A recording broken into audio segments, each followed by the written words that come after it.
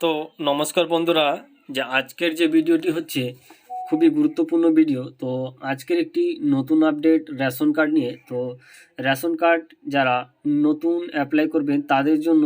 তো আজকের যে ভিডিওর থাম্বনেলটি দেখছেন এটি সঠিক। তো এই থাম্বনেল দেখেই আপনারা কিভাবে 5 মিনিটের মধ্যে আপনাদের যে নতুন রেশন কার্ড কিভাবে জেনারেট করবেন, তো আপনাদেরকে এই ভিডিওর মাধ্যমে আমি দেখিয়ে দেবো। তো ভিডিওটি যদি ভালো লাগে স্বপন টেক গুরু ইউটিউব চ্যানেলকে লাইক, শেয়ার, কমেন্ট এবং সাবস্ক্রাইব করবেন আর বন্ধুদের মাঝে শেয়ার করবেন। আর ভিডিওটি স্কিপ করলে আপনারা বুঝতে পারবেন। তা চলুন আপনাদের দেখিয়ে দিই যে কীভাবে অ্যাপ্লাই করবেন। তার 5 মিনিটের মধ্যে বিপিএল বা অন্তর্দয়াল কার্ড আপনাদের হয়ে যাবে। তো চলুন এবার দেখে দিই। তো এর জন্য ক্রোম ব্রাউজার সিলেক্ট করে নেবেন। তো ক্রোম ব্রাউজার সিলেক্ট করে নিয়ে তো আমি আমার ক্রোম ব্রাউজার এখান থেকে আমি সিলেক্ট করে নিব। তো সিলেক্ট করার পরে টাইপ করব NFSA। তো টাইপ করার পরে এরকম ইন্টারফেসটি দেখতে পারবেন। তো এখানে আমি ডান দিকে দেখতে পাচ্ছেন উপরে জুম করে আপনাদেরকে দেখিয়ে দেব যে NFS যে সাইডে সেখানে প্রথমে আপনাদেরকে সাইনিং করে নিতে হবে, অর্থাৎ রেজিস্ট্রেশন করে নিতে হবে। তো রেজিস্ট্রেশন করার জন্য আমার অন্য পরবর্তী একটি ভিডিও রয়েছে, সেই পরবর্তী ভিডিও থেকে আপনারা দেখে নেবেন। তো এখানে দেখতে পাচ্ছেন পাবলিক লগইনের উপরে ক্লিক করবেন। পাবলিক লগইনের উপরে ক্লিক করার পরে আপনাদের আইডি এবং পাসওয়ার্ড দিয়ে লগ ইন হয়ে যাবে। তো আমি আমার আইডি এবং পাসওয়ার্ড দিয়ে লগ ইন হয়ে গেলাম। তো এখানে যে আধার কার্ড রয়েছে সেই আধার কার্ডের মোবাইল নম্বর ওটিপি দিয়ে আমি প্রথমে আপনাদের লগ ইন হয়ে যাব। তো দেখতে পাচ্ছেন আমার ওটিপিটি চলে আসছে। তো এটাকে এখানে ওটিপিটি ফিল করে দিলাম। ওটিপিটি ফিল দেওয়ার পরে আপনাদের কাছে দেখতেই পাচ্ছেন আমি ওটিপিটি ফিল করার পরে আমার সাবমিট হয়ে যাবে। তো সাবমিট হওয়ার পরে আপনাদের সামনে ড্যাশবোর্ডটি খুলে গেছে। তো এইভাবে আমি আপনাদেরকে জুম করে দেখিয়ে দিতেছি যে এরকম ইন্টারফেসটি আপনারা দেখতে পারবেন।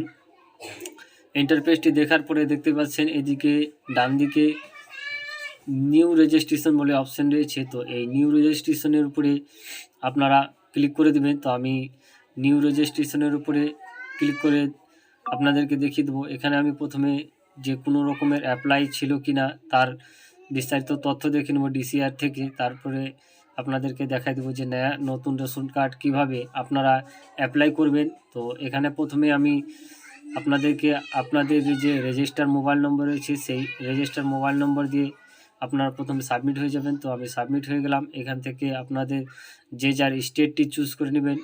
তো স্টেট আমি আমার স্টেট চুজ করে নিতেছি। তারপরে আপনাদেরকে সামনের স্টেপে আমি নিয়ে যাব। তো স্টেপটি আমি চুজ করে নিব। এবার দেখতে পাচ্ছেন আমি আমার স্টেট চুজ করে নিলাম। তারপরে এরকম ইন্টারফেসটি আপনাদের সামনে শো হয়ে যাবে। ইন্টারফেসটি শো হওয়ার পরে দেখতে পাচ্ছেন এরকম অপশানগুলো খুলে যাবে। খুলে যাওয়ার পরে আমি আবার সামনের দিকে এগিয়ে যাব। তো এখানে দেখতে পাচ্ছেন গেট বলছে জেনারেল ডিটেল, তারপরে অ্যাড্রেস ডিটেল, মানে এরকম বিভিন্ন রকমের অপশানগুলো আপনারা দেখতে পারবেন। তার জন্য আপনাদেরকে জেনারেল ইসের উপরে ক্লিক করতে হবে। তারপরে এখান থেকে আপনাদের যে টাইপটি সিলেক্ট করে নিতে হবে, কার্ডের যে টাইপ সেই টাইপটি সিলেক্ট করে নিতে বলছে অন্তর্দয়াল অপশানে আমি টাইপ করে নিলাম। তো এই যে অপশানগুলো দেখতে পাচ্ছেন তার মধ্যে আমি এখানে অন্তর্দয়াল টাইপ করে নিলাম। তারপরে রেশন কার্ডের অপশানে ক্লিক করব। ক্লিক করার পরে দেখতে পাচ্ছেন এইভাবে স্ক্রল ডাউন করে এই যে তথ্যগুলো রয়েছে এই তথ্যগুলো ফিল করে দেব। তো এই তথ্যগুলো ফিল করার পরেই আপনাদেরকে সামনের দিকে এগিয়ে যেতে হবে। তো সামনের দিকে এগিয়ে গেলেই নিচের দিকে আপনারা সাবমিট বটমের term and condition option click করবেন। টার্ম অ্যান্ড কন্ডিশন ক্লিক করার পরে আপনাদের সাবমিট করে দিলেই আপনাদের যে রেশন কার্ড রয়েছে তো 5 মিনিটের মধ্যে জেনারেট হয়ে যাবে। তো এই ছিল আজকের ছোট্ট আপডেট। জয় হিন্দ, বন্দে মাতরম, নমস্কার, ধন্যবাদ।